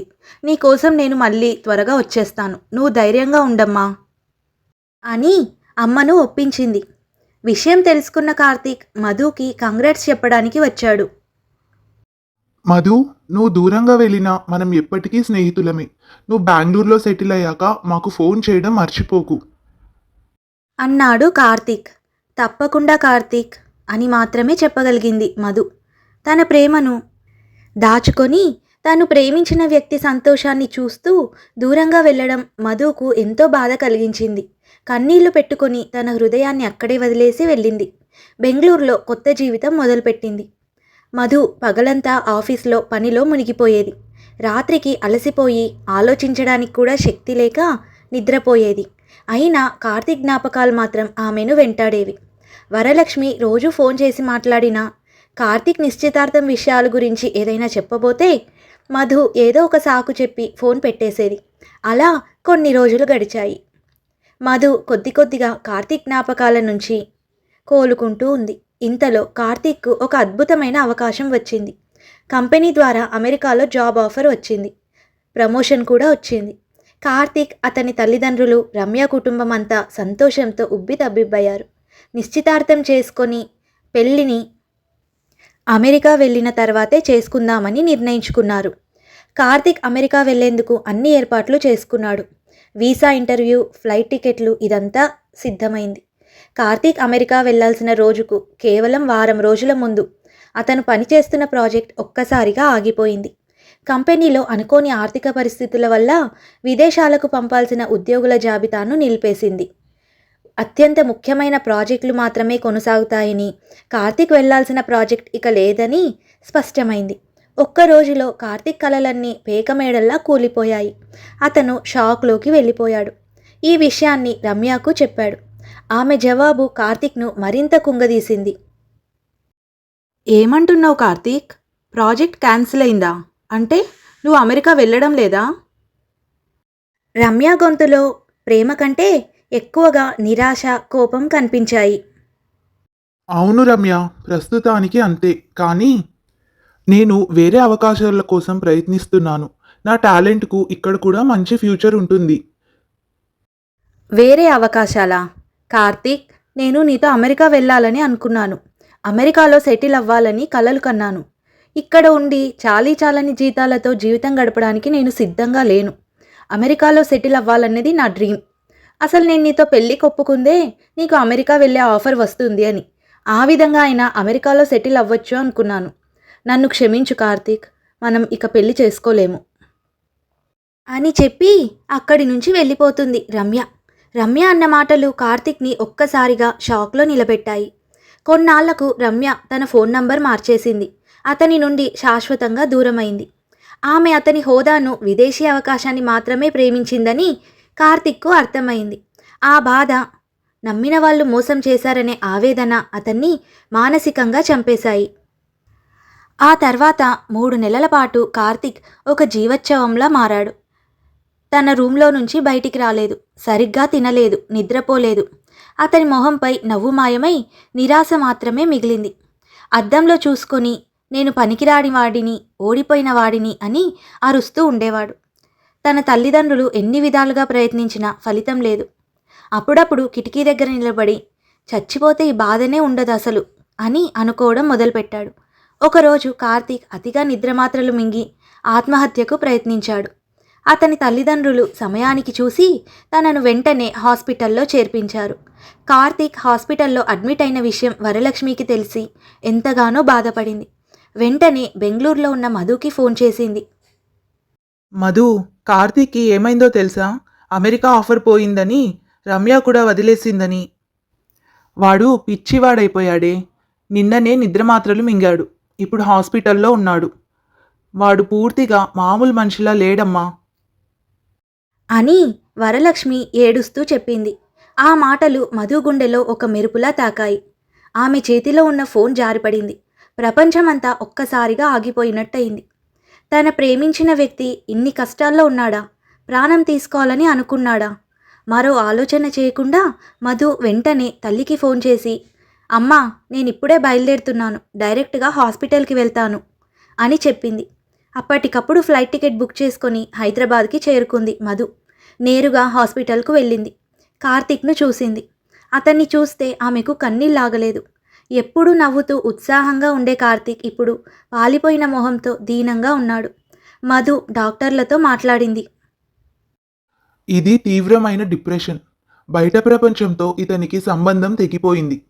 ఈ సమయంలో ఇతనికి మందులతో పాటు బలమైన మానసిక మద్దతు అవసరం. ఎవరైనా ఇష్టమైన వాళ్ళు నిరంతరం తోడుగా ఉండాలి అని డాక్టర్లు చెప్పడంతో మధు తన మనసులో ఒక నిర్ణయం తీసుకుంది. కార్తీక్, నా ప్రేమ నీకు దక్కకపోవచ్చు, కానీ నీ ప్రాణం పోవడానికి నేను అస్సలు ఒప్పుకోను.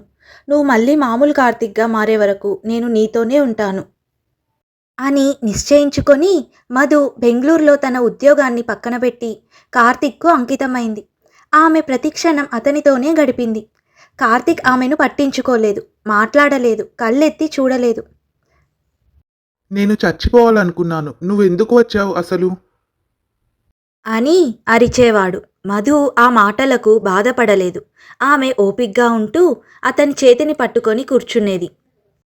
కార్తీక్, నేను నీ ఫ్రెండ్ని, నిన్ను ఒంటరిగా వదిలిపెట్టను అని చెప్పేది మధు. నెమ్మదిగా పాత జ్ఞాపకాలను గుర్తు చేసింది. వాళ్ళిద్దరూ కలిసి పక్కింట్లో సరదాగా గడిపిన రోజులు, ఆమె తయారు చేసి ఇచ్చిన కాఫీ, ఇద్దరూ కలిసి చూసిన క్రికెట్ మ్యాచ్లు, ఈ విషయాలు అతనికి గుర్తు చేసేది. కార్తీక్, ఒకసారి నువ్వు నా ల్యాప్టాప్ రిపేర్ చేసావు, గుర్తుందా? అప్పుడు మనం నీ ఫ్రెండ్ కిషోర్ గురించి మాట్లాడుకొని చాలాసేపు నవ్వుకున్నాము. అప్పుడు నువ్వు ఎంతసేపు నవ్వావో, నీ నవ్వు అంత అందంగా ఉండేది అని చెప్పి నవ్వించేందుకు ప్రయత్నించేది. నెమ్మదిగా కార్తీక్ స్పందించడం మొదలుపెట్టాడు. అతడు ఏదైనా తినడానికి నిరాకరిస్తే మధు స్వయంగా తన చేతులతో తినిపించేది. అతని పక్కన కూర్చొని పుస్తకాలు చదివేది, పాటలు వినిపించేది. డిప్రెషన్తో పోరాడటానికి ఆమె అతని చేత చిన్న చిన్న పనులు చేయించేది. ఉదయం కొద్దిసేపు నడవడం, తన గదిని శుభ్రం చేసుకోవడం వంటి పనులు చేయించేది. కార్తీక్, నువ్వు ఓడిపోలేదు. ఒక అవకాశం, ఒక అమ్మాయి, అవి మాత్రమే నీ జీవితం కాదు. రమ్య నిన్ను ప్రేమించలేదు, నీ హోదాను మాత్రమే ప్రేమించింది. నిజమైన ప్రేమ ఎప్పుడూ ఇలాంటి కష్ట సమయంలోనే బలంగా నిలబడుతుంది. నువ్వు చాలా తెలివైన వాడివి కార్తీక్. నువ్వు మళ్ళీ ప్రయత్నిస్తే అమెరికా కాదు, అంతకు మించిన చోటికి వెళ్ళగలవు. ఇప్పుడు నువ్వు ఓడిపోతే నీ తల్లిదండ్రులను ఓడించినట్టే అవుతుంది అని మధు చెప్పింది. మధు ప్రేమ, ఆమె ధైర్యం, ఆమె అంకిత భావం ఇవన్నీ కార్తీక్కు మెల్లమెల్లగా లోపలి నుండి శక్తినిచ్చాయి. 3 నెలల ప్రయత్నం తర్వాత కార్తీక్ నెమ్మదిగా కోలుకోవడం మొదలుపెట్టాడు. అతని కళ్ళలో మళ్ళీ ఒక జీవం, మొహంలో ఒక చిరునవ్వు కనిపించడం మొదలైంది. అతడు పూర్తిగా కోలుకున్న తర్వాత ఒకరోజు కార్తీక్ మధుతో ఇలా అన్నాడు. మధు, నువ్వు నా కోసం ఇక్కడికి ఎందుకు వచ్చావు? బెంగళూరు వెళ్ళాక నన్ను పూర్తిగా మర్చిపోయావు అనుకున్నా. నా ప్రేమ గురించి తెలిసినా, నాకు ఉద్యోగం పోయిందని తెలిసినా నువ్వు నా దగ్గరే ఎందుకు ఉండిపోయావు? నన్ను ఎందుకు మార్చాలనుకున్నావు అని అడిగాడు. మధు ఒక్కసారిగా లోతుగా శ్వాస తీసుకుంది. ఈ క్షణం కోసమే ఆమె తన ప్రేమను 2 సంవత్సరాలుగా దాచుకుంది. ఇప్పుడు చెప్పకపోతే మళ్ళీ చెప్పే అవకాశం రాకపోవచ్చు అని అనుకుంది. కార్తీక్, నేను నిన్నెప్పుడూ మర్చిపోలేదు. నేను ఇక్కడి నుండి బెంగళూరుకి వెళ్ళింది కూడా నీకు, నీ జ్ఞాపకాలకు దూరంగా ఉండాలని. నేను నిన్ను మొదటిసారి చూసిన రోజే ప్రేమించాను. కానీ ఆ విషయం నీకు చెప్పలేకపోయాను. నువ్వు రమ్యను ప్రేమించావని తెలిసినప్పుడు నా ప్రేమ నీ సంతోషానికి అడ్డు కాకూడదని నేను వెళ్ళిపోయాను. ఎందుకంటే నా ప్రేమ నిజమైనది. నీ సంతోషమే నాకు ముఖ్యం అనుకున్నాను. నా పెళ్లి సంబంధాలు చెడగొట్టుకున్నది కూడా నా మనసులో నీ స్థానాన్ని ఎవరికీ ఇవ్వకూడదని. కానీ నువ్వు చనిపోవాలనుకున్నప్పుడు నువ్వేమైపోతావో అని ఒక్కసారిగా భయం వేసింది. నీకు జరిగిన విషయం తెలుసుకొని మరుక్షణం ఆగకుండా ఇక్కడికి వచ్చేశాను. నీకు మళ్ళీ నవ్వు నేర్పించాను. ఇప్పుడు నువ్వు మామూలు మనిషివయ్యావు. నాకు ఇంతకంటే సంతోషం లేదు అని మధు తన కన్నీళ్లను ఆపుకుంటూ చెప్పింది. మధు చెప్పిన మాటలకు కార్తీక్ కళ్ళల్లో ఆశ్చర్యం, పశ్చాత్తాపం అన్ని భావాలు ఒక్కసారిగా కనిపించాయి. అతడు ఏమీ మాట్లాడలేకపోయాడు. కాసేపటి తర్వాత లేచి ఆమె దగ్గరకు వచ్చి ఆమె చేతిని పట్టుకున్నాడు. కార్తీక్ దగ్గరకు రాగానే మధు గుండె వేగంగా కొట్టుకుంటోంది. మధు, నేను ఎంత తెలివి తక్కువ వాడినంటే, నా పక్కనే నన్ను నిశ్శబ్దంగా ప్రేమించిన ఒక అమ్మాయి ఉందని నేను గుర్తించలేకపోయాను. రమ్య నన్ను ప్రేమించలేదు. నా డబ్బు, నా హోదా వీటిని మాత్రమే ప్రేమించింది. కానీ నువ్వు నా పతనంలో, నా కష్టంలో కూడా నన్ను ప్రేమించావు. నా ప్రాణం పోకుండా కాపాడావు. నిజమైన ప్రేమ అంటే ఇదే కదా. నన్ను ఇంతలా ప్రేమించిన అమ్మాయిని నేను దూరం చేసుకోలేను. నాకు రెండో జీవితాన్ని ప్రసాదించిన నీతోనే నా మిగిలిన జీవితాన్ని గడపాలనుంది. నన్ను పెళ్లి చేసుకుంటావా మధు? అని ప్రేమగా అడిగాడు కార్తీక్. మధు కళ్ళల్లో ఒక్కసారిగా కన్నీళ్లు రాలాయి. కానీ అవి సంతోషంతో వచ్చిన కన్నీళ్లు. ఎంతో కాలంగా మధు ఈ రోజు కోసమే ఎదురు చూసింది. కార్తీక్ ప్రేమను అంగీకరించింది. ఆ తర్వాత కార్తీక్ మళ్ళీ ఉద్యోగ ప్రయత్నాలు మొదలుపెట్టాడు. మధు అతనికి అన్ని విధాలుగా సహకరించింది. కొంతకాలం తర్వాత కార్తీక్ అంతకుముందు వచ్చిన దానికంటే మంచి ఆఫర్తో ఉద్యోగం సంపాదించాడు.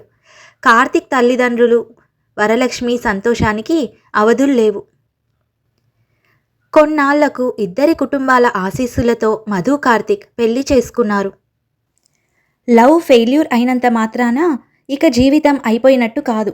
అందుకే తొందరపడి ఎలాంటి నిర్ణయం తీసుకోకూడదు. ఏమో, ఆ తర్వాత నిజమైన ప్రేమ దొరుకుతుందేమో. రమ్య కార్తీక్ ప్రేమలో తన స్వార్థం చూసుకుంది. మధు తన ప్రేమించిన వ్యక్తి పరిస్థితి చూసి కుంగిపోకుండా అతని జీవితాన్ని బాగుపడేలా చేసింది. అతనితో కలిసి సంతోషంగా కొత్త జీవితాన్ని ప్రారంభించింది. ఇది ఇవాల్టి కథ. లక్ష్మి, అక్షయ్కి లంచ్ బాక్స్లో ఈరోజు పీనట్ బటర్ శాండ్విచ్ పెట్టాను. ఆ పక్కనే చిప్స్ ప్యాకెట్ కూడా ఉంది. స్నాక్స్ టైంకి అవి ఇవ్వు.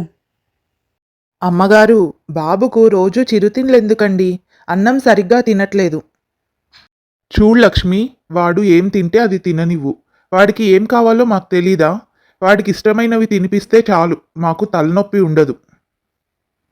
ఇక చేసేదేమీ లేక లక్ష్మి మౌనంగా తల ఊపింది. హైదరాబాద్ శివార్లలోని ఒక ప్యాలెస్ లాంటి అపార్ట్మెంట్లో మోహన్, హరిత దంపతులు నివసిస్తున్నారు. ఇద్దరు పెద్ద ఎంఎన్సీ కంపెనీల్లో కీలక స్థానాల్లో ఉన్నారు. వారికి డబ్బుకు కొదవలేదు, విలాసాలకు లెక్కలేదు. కానీ ఒక్క విషయంలో మాత్రం లోటు స్పష్టంగా కనిపిస్తుంది. అదే సమయం. ముఖ్యంగా 5 ఏళ్ల కొడుకు అక్షయ్తో తాము గడిపే సమయం. ప్రతిరోజు ఉదయం 7 గంటలకల్లా వారిద్దరి దినచర్య రన్నింగ్ రేస్లా మొదలవుతుంది. ఆఫీస్కు ఆలస్యం కాకూడదు, అందుకే హడావిడి. ఇద్దరు ల్యాప్టాప్లు, మీటింగ్లు, డెడ్లైన్స్లలో మునిగి తేలుతుంటారు. ఇంట్లో పనుల కోసం ఒక పనమ్మాయి ఉంది. ఉదయమే వచ్చి వంట పని పూర్తి చేసి ఇల్లంతా శుభ్రం చేసి పాత్రలు తోమి వెళ్తుంది. వారికి ఇంకో ముఖ్యమైన వ్యక్తి ఒకరున్నారు. Akshay caretaker Lakshmi. లక్ష్మి ఉదయం 8 గంటలకల్లా వచ్చేస్తుంది. మోహన్, హరిత ఆఫీస్కు వెళ్ళిన తర్వాత ఇంట్లో పూర్తి బాధ్యత ఆమెదే. అక్షయ్కి స్నానం చేయించడం, టిఫిన్ తినిపించడం, స్కూల్కి పంపడం. అక్షయ్ మధ్యాహ్నం స్కూల్ నుండి వచ్చాక మళ్ళీ చూసుకోవడం అంతా లక్ష్మీ పని. మోహన్, హరితాల బిజీ జీవితానికి అక్షయ్ అల్లరిని తట్టుకునే శక్తి వారికి లేదు. అందుకే ఆ అల్లరిని చిరుతిండ్లతో, టీవీతో భర్తీ చేస్తున్నారు. సాయంత్రం స్కూల్ నుండి రాగానే 1 గంట పాటు ట్యూషన్ టీచర్ ఇంటికి వచ్చి పాఠాలు చెప్తుంది. ట్యూషన్ పూర్తవగానే అక్షయ్ రాజ్యం మొదలవుతుంది. రాత్రి 10 గంటల వరకు, తల్లిదండ్రులు వచ్చేంత వరకు, ఆ తర్వాత కూడా టీవీ లేదా సెల్ ఫోన్లో మునిగిపోతాడు. తల్లిదండ్రులు ఇంటికి వచ్చినా వారి చూపులు ల్యాప్టాప్లు ఫోన్ల వైపే. హాయ్ అక్షయ్, స్కూల్లో ఎలా జరిగింది అనే ఒక ప్రశ్న వేస్తారు. అక్షయ్ బాగా జరిగింది అని చెప్పేలోపే వారి దృష్టి మళ్ళీ స్క్రీన్ వైపు మల్లుతుంది. అలా కొన్నాళ్లకు అక్షయ్ మెల్లగా అల్లరి పిల్లాడిగా మారాడు. మాట వినడం మానేశాడు. లక్ష్మి మాట వినడు. పన్నమ్మాయిని చులకన చేస్తాడు. ఏది కావాలంటే అది కావాల్సిందే, లేదంటే అరుస్తాడు. వస్తువులు విసిరేస్తాడు. పెద్దవాళ్లకు మర్యాద ఇవ్వడం పూర్తిగా మర్చిపోయాడు. లక్ష్మిని పేరు పెట్టి పిలవడం, వెక్కిరించడం అలవాటు చేసుకున్నాడు. తిండి దగ్గరికి వచ్చేసరికి అన్నం ముట్టడు. కేవలం చిప్సు, చాక్లెట్లు, బర్గర్లు మాత్రమే కావాలి. ఒకరోజు లక్ష్మి హరితతో ఇలా అంటుంది. అమ్మగారు, బాబు అన్నం తినకుండా అల్లరి చేస్తున్నాడు. నేను ఎంత చెప్పినా అస్సలు వినట్లేదు. నాకు చాలా కష్టమవుతోంది. అందుకు హరిత కోపంగా ఇలా అంటుంది. చూడు లక్ష్మి, నువ్వు కేవలం వాడిని చూసుకోవడానికి ఉన్నావు. మేము అంత పెద్ద పెద్ద ఉద్యోగాలు చేస్తున్నాం కదా, వాడినొక్కడిని చూసుకోవడం కూడా నీకు కష్టమా? వాడు తినడానికి మొండికేస్తే ఫోన్ ఇచ్చి గేమ్స్ పెట్టు, అప్పుడు తింటాడు అని హరిత అన్న మాటలకు లక్ష్మి నిస్సహాయంగా ఉండిపోయింది. 2 రోజుల తర్వాత ఒకరోజు సాయంత్రం లక్ష్మి అక్షయ్కి పాలు కలిపి ఇచ్చింది. అక్షయ్ టీవీలో కార్టూన్ చూస్తున్నాడు. అక్షయ్ బాబు, టీవీ ఆపి పాలు తాగు, చల్లారిపోతాయి. నేను నీ మాట వినాలా? నువ్వెవరు నాకు చెప్పడానికి? నువ్వు కేవలం నాకు కేర్ టేకర్వి. నేను నా ఇష్టం వచ్చినంతసేపు టీవీ చూస్తాను. నువ్వు వెళ్ళి కూర్చో అని గట్టిగా అరిచాడు. లక్ష్మి కళ్ళల్లో నీళ్లు తిరిగాయి. ఈ మాటలు గతంలో చాలాసార్లు విన్నవే. ఆ రోజు రాత్రి హరిత మోహన్లు గదిలోకి వెళ్ళాక ఇలా మాట్లాడుకున్నారు.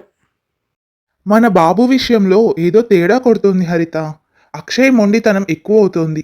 ఈరోజు నాకు స్కూల్ టీచర్ ఫోన్ చేసింది. అక్షయ్ బిహేవియర్ ఏమీ బాలేదని చెప్పింది. స్టడీస్ కూడా అంతంత మాత్రంగానే ఉన్నాయని చెప్పింది. హరిత ల్యాప్టాప్ని చూస్తూ ఓ పక్క, అంతా లక్ష్మి నిర్లక్ష్యం అండి. ఆమె వాడిని సరిగ్గా చూసుకోవట్లేదు. వేరే కేర్ టేకర్ని మాట్లాడదామా? హరిత, లక్ష్మి వాడిని 12 గంటలు చూసుకుంటుంది. మనం ఎన్ని గంటలు చూసుకుంటున్నాం? నువ్వు కేవలం 1 గంట ట్యూషన్ పెట్టించి మిగిలిన సమయం అంతా వాడిని టీవీకి అప్పగిస్తున్నావు. వాడికి కావాల్సింది కేర్ టేకర్ కాదు, తల్లిదండ్రుల సమయం. అంటే ఏమంటున్నారు మీరు? మనం ఇద్దరం ఉద్యోగాలు మానేసి ఇంట్లో కూర్చోవాలా? అదెలా సాధ్యం? డబ్బు ముఖ్యం కదా. వాడి భవిష్యత్తు కోసమే కదా ఇదంతా. డబ్బు ముఖ్యమే హరిత, కానీ సంస్కారం లేని భవిష్యత్ ఎందుకు? సరే, ఇప్పుడు ఈ డిస్కషన్ అంతా ఎందుకు? సంక్రాంతి సెలవులు వస్తున్నాయి. ఎలాగో అక్షయ్కి 10 రోజులు సెలవు ఉంది. మా ఊరికి వెళ్దాము. కొన్ని రోజులు అమ్మా నాన్నల దగ్గర ఉంటే కాస్తన్నా మార్పు వస్తుందేమో చూద్దాం. అని మోహన్ అన్న మాటలకు హరిత అయిష్టంగానే ఒప్పుకుంది. ఆమెకు అత్తామామల వద్ద ఉండడం, వారి పాత పద్ధతులు నచ్చవు. సంక్రాంతి పండగకు మరో 2 రోజులు ఉంది అనంగా మోహన్, హరిత, అక్షయ్లు కారులో మోహన్ సొంత ఊరికి బయలుదేరారు. మోహన్ వాళ్ళది ఒక చిన్న పల్లెటూరు. ప్రశాంతంగా పచ్చటి పొలాల మధ్య ఉంటుంది. ఇల్లు పాతదైనా ఎంతో ప్రశాంతంగా ఉంటుంది. ఇంటికి చేరుకోగానే మోహన్ తల్లి అనసూయమ్మ, అరే, వచ్చావా నాన్న అక్షయ్? ఎంత పెద్దోడివైపోయావో. రా రా, నా బంగారు కొండ. అని అక్షయ్ని దగ్గరికి తీసుకుంది అనసూయమ్మ. రామచంద్రయ్య కూడా అందర్నీ చిరునవ్వుతో పలకరించాడు. హరిత మాత్రం ముఖం కొంచెం బిగించుకొని లగేజీతో విసుగ్గా లోపలికి వెళ్ళింది. ఇంటికి రాగానే హరిత, మోహన్ ఇద్దరూ ల్యాప్టాప్ పట్టుకొని పనిలో మునిగిపోయారు. ఆ రోజు సాయంత్రం అనసూయమ్మ అక్షయ్తో ఇలా అంటుంది. అక్షయ్ నాన్న, ఈ పాలు తాగు. ఇవి ఆవు పాలు. ఈ పాలు తాగితే నీకు చాలా బలం వస్తుంది. నాకు పాలు వద్దు నానమ్మ. చిప్స్ ప్యాకెట్ ఉంటే ఇవ్వు. ఈ ఇంట్లో ఆ చిప్స్, చాక్లెట్ల లాంటివి దొరకవు నాన్న. కావాలంటే నేను నీకు ఇంట్లోనే జంతికలు, పాయసం చేసి పెడతాను. నువ్వు పెద్దయ్యావు కదా, ఇంకా ఆ చిప్స్, చాక్లెట్లు, బిస్కెట్ల లాంటివి తినకూడదు. అదే పట్నంలో అయితే తను అరిస్తే పని పూర్తవుతుంది. ఇక్కడ బామ్మ వినట్లేదు. పో నానమ్మ, నేను తినను. టీవీ చూస్తాను, లేదా సెల్ ఫోన్ ఇవ్వు, గేమ్స్ ఆడుకుంటాను. అంతలో రామచంద్రయ్య ఇలా అంటాడు. అక్షయ్, ఇటు చూడు. ఇక్కడ టీవీ లేదు, సెల్ ఫోన్ కూడా నీకు ఇవ్వము. నువ్వు ఇక్కడికి వచ్చి కూర్చో. నీకు ఇవాళ నేను పాత కథలు చెప్తాను. అక్షయ్ మొండికేసి అరిచాడు. పో తాతయ్య, నాకు కథలేమీ వద్దు, నన్ను పట్నం పంపించేయండి, వెళ్ళిపోతాను. అప్పుడు రామచంద్రయ్య అక్షయ్ పక్కనే కూర్చొని ఇలా అంటాడు. అక్షయ్, నువ్వు నా మనవడివి. నువ్వు చాలా తెలివైన వాడివి. తెలివైన పిల్లలు పెద్దవాళ్ళ మాట వినకుండా అల్లరి చేయరు. నువ్వు పట్నంలో ఎలా ఉన్నావో నాకు తెలీదు. కానీ ఇక్కడ నువ్వు బామ్మ మాట వినాలి, తాతయ్య మాట కూడా వినాలి. ముందు పాలు తాగు, మంచి పిల్లాడివి కదూ.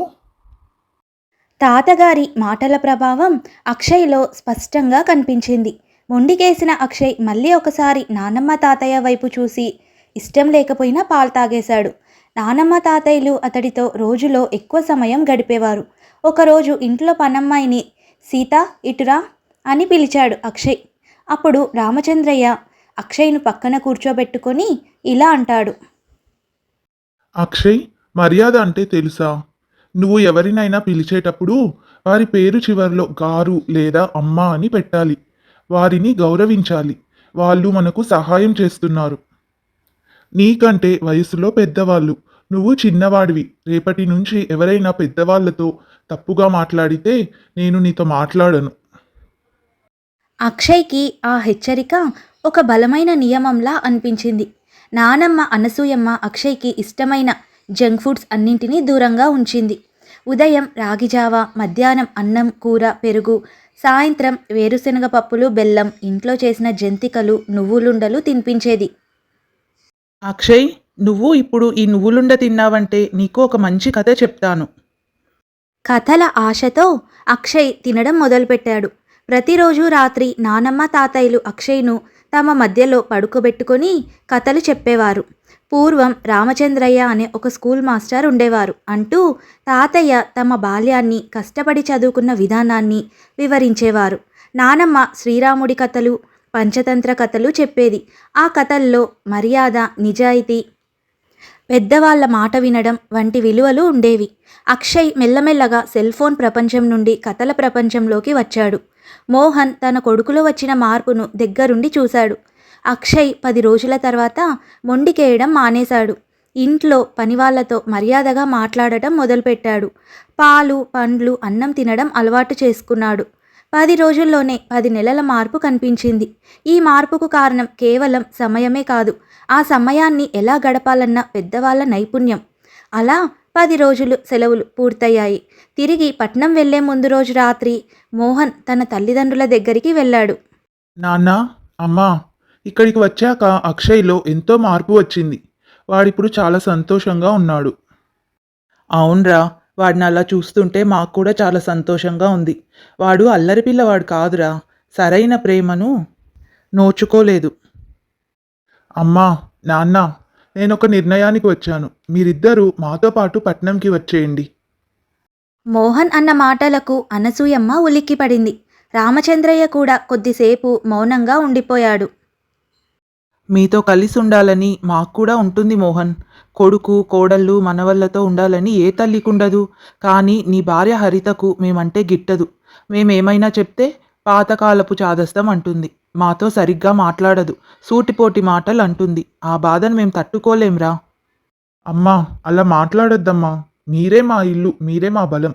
నేను హరితతో మాట్లాడతాను. అక్షయ్ గురించి చెప్తే తను తప్పకుండా మారుతుంది.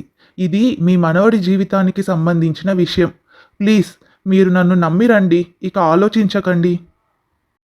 అని అంటాడు మోహన్. మోహన్ పట్టుదలను, ఆవేదనను చూసిన తల్లిదండ్రులు కాదనలేకపోయారు. చివరకు మోహన్ తన తల్లిదండ్రులను తమతో పాటు పట్నం తీసుకెళ్లడానికి ఒప్పించాడు. హరిత, అమ్మా నాన్న ఇవాళ మనతో పాటే ఊరికొస్తున్నారు. కొంతకాలం వాళ్ళు మనతోనే ఉంటారు. మోహన్ అన్న మాటలకు హరిత ఒక్కసారిగా షాక్ అయింది. ఏంటి మోహన్ నువ్వు మాట్లాడేది? వాళ్ళు ఎన్నాళ్ళుంటారు అసలు? ఇంట్లో పెద్దవాళ్ళుంటే నాకు అసలు ఇష్టం ఉండదు. నాకు ఫ్రీడమ్ పోతుంది. చూడు హరిత, ఫ్రీడమ్ కంటే మన కొడుకు ముఖ్యం కదా. నువ్వు ఒక నెల రోజులు చూడు. అక్షయ్లో ఎలాంటి మార్పు వస్తుందో గమనించు. ఈలోపు మనం లక్ష్మిని కూడా మాన్పించేద్దాము. మనకు కేర్ టేకర్ అవసరం లేదు. మా అమ్మ అక్షయ్ని చాలా బాగా చూసుకుంటుంది. సరే అయితే 1 నెల చూద్దాం. ఈ 1 నెల మాత్రమే ఒప్పుకుంటున్నాను. వాళ్ళతో కలిసి ఉండడం నాకు చాలా కష్టం. ఒకవేళ ఏమైనా ఇబ్బందులు వస్తే మాత్రం నేను వాళ్ళని పంపించేస్తాను అని అంటుంది హరిత. ఇక చేసేదేమీ లేక మోహన్ తల ఊపాడు. అక్షయ్లోని మార్పు హరిత మనసును కూడా మారుస్తుందని ఆశించాడు. పట్నంకి వెళ్ళగానే లక్ష్మికి ఇక పనికి రావద్దని చెప్పాడు మోహన్. లక్ష్మి, ఇక నుండి మా అమ్మ నాన్న బాబుని చూసుకుంటారు. అని అంటాడు మోహన్. లక్ష్మి సంతోషంగా వెళ్ళింది. అక్షయ్ సంతోషంగా నానమ్మ తాతయ్యలతో ఆడుకోవడం చూసి ఆ పని తనకు దక్కడం లేదన్న బాధ ఆమెకు కలగలేదు. ఒక నెల తర్వాత ఇంటి వాతావరణం పూర్తిగా మారిపోయింది. అక్షయ్ సమయానికి నిద్ర లేవడం, స్నానం చేయడం, టిఫిన్ చేయడం అలవాటు చేసుకున్నాడు. టీవీ, సెల్ ఫోన్ స్థానంలో ఇంట్లో బోర్డ్ గేమ్స్, నానమ్మతో కబుర్లు, తాతయ్యతో పేపర్ చదవడం మొదలుపెట్టాడు. ట్యూషన్ టీచర్ వెళ్ళగానే నానమ్మ తాతయ్యలు అక్షయ్తో రోజు చదువు గురించి, విలువ గురించి చెప్పేవారు. ఒకరోజు హరిత ఆఫీస్ నుండి అలసిపోయి ఇంటికి రాగానే అక్షయ్, అమ్మా, నీకోసం నేను ఈ బొమ్మ తయారు చేశాను. ఇవి తాతయ్య నేర్పించారు. అని హరితకు రంగురంగుల కాగితాలతో చేసిన ఒక చిన్న బొమ్మను ఇచ్చాడు అక్షయ్. హరిత ఆశ్చర్యపోయింది. గతంలో తను ఇంటికి రాగానే అక్షయ్ తన గదిలో టీవీ చూస్తూ ఉండేవాడు. కానీ ఇప్పుడు చిరునవ్వుతో ఎదురు వచ్చి ప్రేమగా పలకరించాడు. అలా నెల రోజులు గడిచిపోయాయి. హరిత ఎంత బిజీగా ఉన్నా అక్షయ్లో వచ్చిన మార్పును గమనిస్తూనే ఉంది. అల్లరి, మొండితనం పూర్తిగా తగ్గిపోయాయి. కానీ అత్తమామలు ఇంకా ఇంట్లోనే ఉండడం ఆమెకు ఇబ్బందిగా అనిపించింది. ఒకరోజు రాత్రి భోజనమయ్యాక మోహన్, హరిత బెడ్రూమ్లో కూర్చున్నారు. మోహన్, మీ అమ్మా నాన్నలు వచ్చి నెల రోజులవుతుంది. వాళ్ళు ఊరికి ఎప్పుడు వెళ్తారు? ఎందుకు హరిత? వాళ్ళుంటే నీకేమైనా ఇబ్బందా? అవును మోహన్, ఇబ్బందిగానే ఉంది. నాకు అసలు ఫ్రీడమ్ లేదు. వీకెండ్స్ వస్తే బయట తినేవాళ్ళం, తిరిగేవాళ్ళం. ఇప్పుడు ఏదీ లేదు. మీ అమ్మగారు రోజూ చేసి ఒకే రకమైన సాదా వంటలు, పాత పద్ధతులు. వాళ్ళతో కలిసి ఉండాలంటే నాకు చాలా ఇబ్బందిగా, చికాకుగా ఉంది. నీకు ఫ్రీడమ్ గురించి మాత్రమే ఆలోచన ఉందా హరిత? ఇప్పుడు చెప్తున్నాను విను. వాళ్ళు ఇక మీదట మనతోనే ఉంటారు. వాళ్ళు ఎక్కడికి వెళ్ళరు. ఏం మాట్లాడుతున్నావు మోహన్? నాతో మాట్లాడకుండా ఎలా నిర్ణయం తీసుకుంటావు? ఇది నా ఇల్లు కూడా. నాకు వారిని ఇక్కడ పెట్టుకోవడం అస్సలు ఇష్టం లేదు. హరిత, నిన్నొక ప్రశ్న అడుగుతాను. వాళ్ళు వచ్చాక మన బాబు అక్షయ్లో వచ్చిన మార్పును గమనించావా? మనము 24 గంటలు ల్యాప్టాప్లో, ఫోన్లో పడుంటున్నాం. మనం ఒకరికొకరం సమయం ఇవ్వడం లేదు. అక్షయ్తో మాట్లాడే వాళ్ళు లేరు. వాడు కేవలం ఒక అల్లరి పిల్లాడిగా, మొండి పిల్లాడిగా ఎందుకు మారాడో తెలుసా? కేవలం మన నిర్లక్ష్యం వల్లే. అమ్మా నాన్న వచ్చాక వాడిలో ఎంత మార్పు వచ్చింది. వాడిప్పుడు ఎంతో సంతోషంగా, క్రమశిక్షణతో ఉన్నాడు. నువ్వు ఆఫీస్కి వెళ్ళి ఎంత సంపాదించినా వాడికి ఇవ్వలేని సంస్కారాన్ని, సమయాన్ని వాళ్ళిస్తున్నారు. అని అంటాడు మోహన్. హరిత గతంలో అక్షయ్ చేసిన అల్లరి గురించి ఆలోచించింది. ఆ రోజుల్లో అక్షయ్ మొండితనం, అగౌరవం, తనను పేరు పెట్టి పిలవడం తనకే ఎంతో బాధను కలిగించేది. ఆ విషయాలన్నీ గుర్తు తెచ్చుకుంది. ఇంట్లో పెద్దవాళ్ళుంటే ఆ ఇంటి వాతావరణమే వేరుగా ఉంటుంది హరిత. వాళ్ళ అనుభవం, వాళ్ళ ప్రేమ, దానికి వెలకట్టలేము. నువ్వు నీ ఫ్రీడమ్ కోల్పోయావని అంటున్నావు. కానీ మన కొడుకు జీవితాన్ని తిరిగి గెలుచుకున్నాం. ఈ చిన్న ఇంటిని వాళ్ళు ఒక ఆనందపు నిలయంగా మార్చారు. ఇప్పుడైనా అర్థం చేసుకో. మోహన్ చెప్పిన మాటలకు హరితకు ఒక్కసారిగా జ్ఞానోదయమైంది. తాను కేవలం షికార్లు, విలాసాల గురించే ఆలోచించింది. కానీ కుటుంబ బంధాల విలువను పూర్తిగా మర్చిపోయింది. అత్తామామలను చాదస్తపు మనుషులుగా చూసింది తప్ప వారి ప్రేమను గుర్తించలేకపోయింది. హరిత కళ్ళల్లో నీళ్లతో ఇలా అంటుంది. నన్ను క్షమించు మోహన్. నా భ్రమలో నేనున్నాను. నేను వాళ్ళను సరిగ్గా అర్థం చేసుకోలేకపోయాను. అక్షయ్లో మార్పు నేను కూడా చూశాను. వాళ్ళు మనతోనే ఉండటానికి నేను ఇప్పుడు సంతోషంగా ఒప్పుకుంటున్నాను. నాకు ఇబ్బందిగా ఉన్నా అక్షయ్ ఆనందమే నాకు ముఖ్యం అని చెప్తుంది హరిత. ఆ రోజు నుండి హరిత ప్రవర్తనలో కూడా మార్పు వచ్చింది. ఆమె అత్తమామలను ప్రేమగా పలకరించడం మొదలుపెట్టింది. వారి సలహాలను వినడం, పద్ధతులను గౌరవించడం మొదలుపెట్టింది. హరిత, అక్షయ్కి నువ్వు రాత్రి పడుకునే ముందు ఒక కథ చెప్పావంటే నీకు మరింత దగ్గరవుతాడమ్మా. అత్తయ్య, నాకు అంతగా కథలు రావు. మీరున్నారుగా, మీరు చెప్పండి. మీరేం కష్టపడనక్కర్లేదమ్మా. మీరు మీ ఆఫీస్ విషయాలు, మీ చిన్ననాటి కబుర్లు అవే కథలుగా చెప్పినా చాలు. వాడికి తల్లి ప్రేమ కావాలి. అని చెప్తుంది అనసూయమ్మ. హరిత ఆ రోజు నుంచి రాత్రి భోజనం తర్వాత ల్యాప్టాప్ను పక్కన పెట్టి అక్షయ్తో కాసేపు మాట్లాడటం, కథలు చెప్పడం అలవాటు చేసుకుంది. తాతయ్య రామచంద్రయ్య మనవడు అక్షయ్ కోసం ఏర్పాటు చేసిన టైం టేబుల్ ఇలా ఉంది.